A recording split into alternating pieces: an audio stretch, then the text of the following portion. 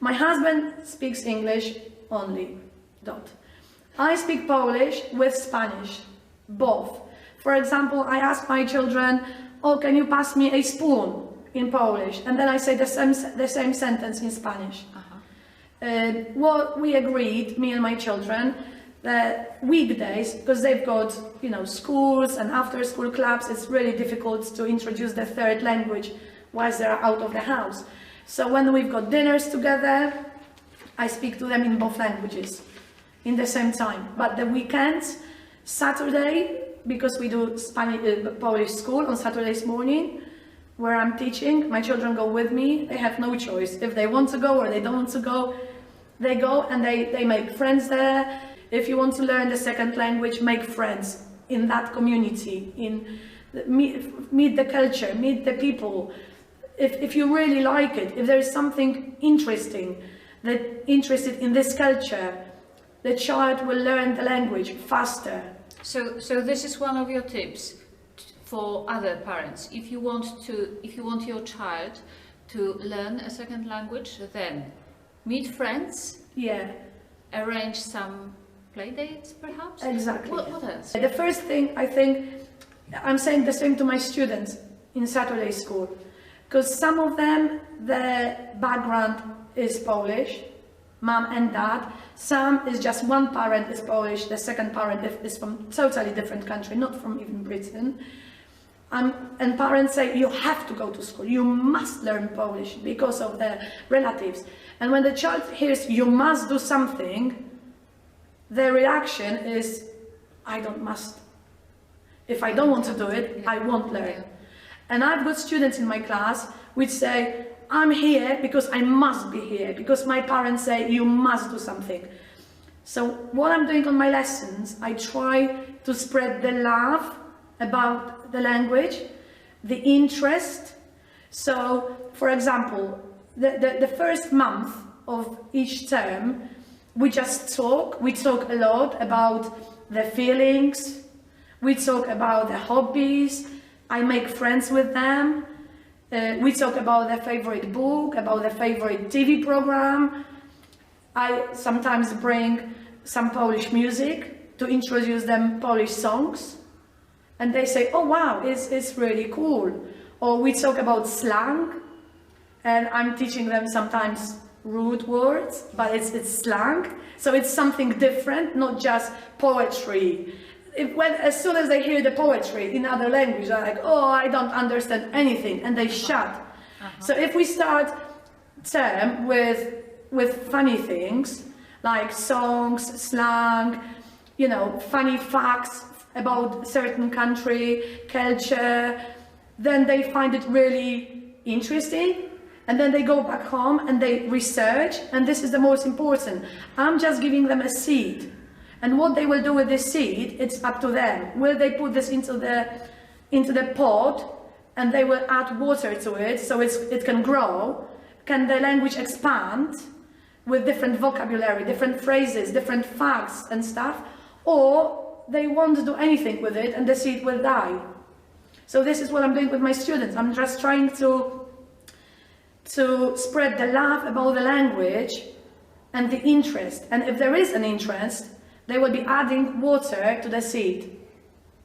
And then the seed can grow like a big tree with lots of branches. And those branches can take them to wherever they want to go.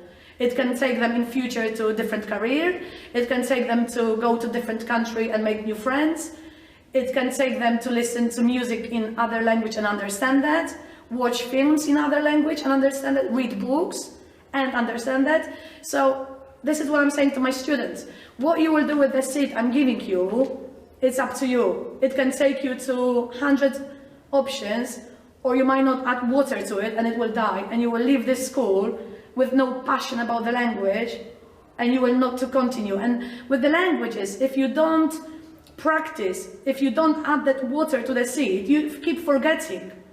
And you can talk to many people. They might have come to England from different countries, and because they've been working in, let's say, English office where everyone speaks English, they've got English family, they've got English social circle, they forget their mother tongue language. And this is a very important thing about the languages. It's not just to study for a year or two. You just have to look after the language all your life.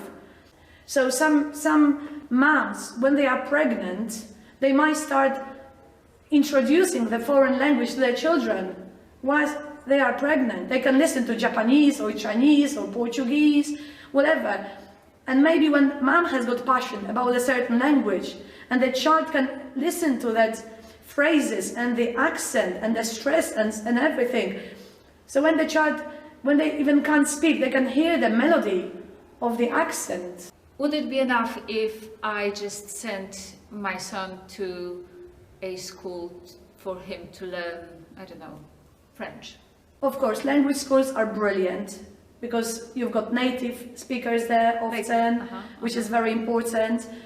You can, if it's a good teacher, and he will spread the passion about the language. Just like you.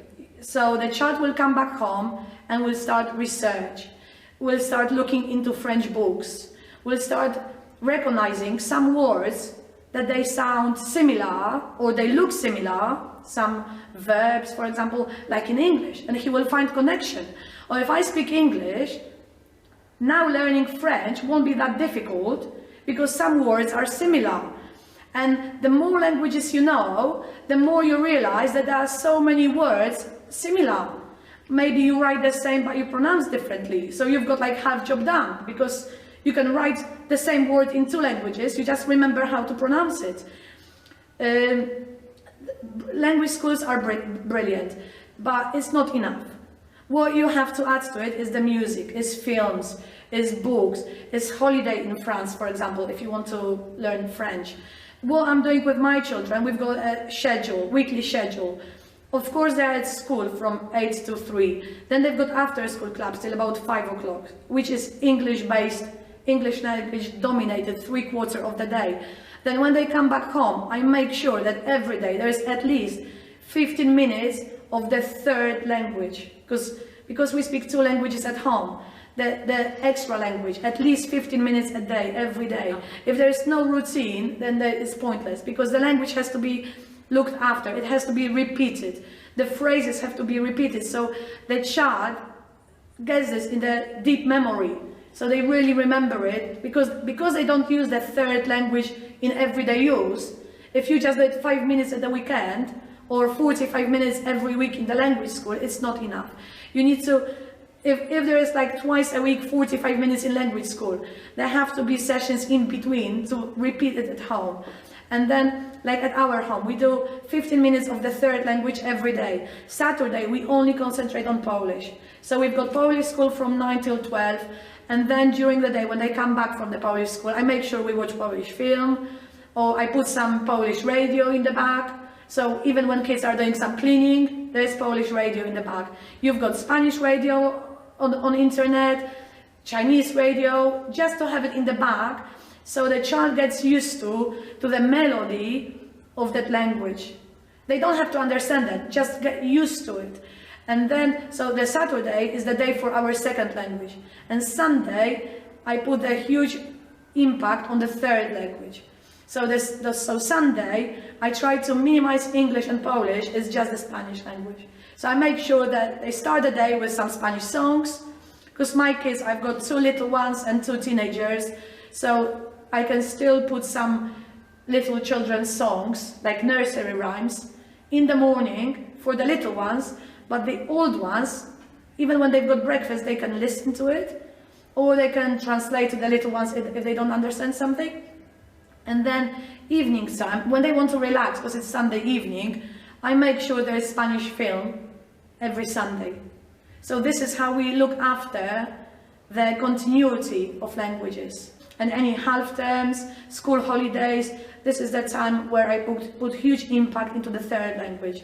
Like in summer, I make sure, sometimes it's possible, sometimes not, but I make sure we do go to Spain for a little while, and we don't go to touristic areas, we go to rural areas where there are only Spanish people, non-speaking English ones, and they have to survive there. And I send my kids out to play with Spanish children. I say to my son, So when you go to play football with the Spanish children, what words will you need to play football? And there are words like kick, pass, score, goal, numbers. So before we go there, he's practicing this kind of vocabulary. Then I say to my daughter, there will be swimming pool. So what words, what sentences do you need to talk to children at the swimming pool? And it's like pass, splash, deep water, lifeguards, you know, all those words. So they make a big list of the words, of the phrases, what they will be using at the swimming pool, for example. And then I say, okay, so let's say we are at the beach and we would like to eat ice cream or something. So how would you ask? And we just play like little role plays. Let's say I'm the shopkeeper and you want to buy something, and we just, before we go to Spain, we just repeat and practice all those phrases. So when we are over there, they can feel really relaxed. If they want to buy something, if they want to do something, they know they haven't got choice but to speak Spanish. No one in the region we go to speaks English. So this is another key to learn the language. Go somewhere where you know you can't communicate in English. So you have to get some words, phrases to survive, basically. The very good thing is to listen to the radio. Radio is free on your mobile phone. You just choose the language, Chinese radio, Spanish, Portuguese radio, and when you go for a walk, put your earphones in and just carry on with listening. Or some news, you know, some films, you can watch the film with Spanish subtitles or French subtitles and just get used to it. Doesn't matter if you understand it or no, but you just, eventually you will pick up some words. Oh, this word sounds very similar like in English, or like in German, or like in French. And this is a great way to, step by step, get the master in certain language.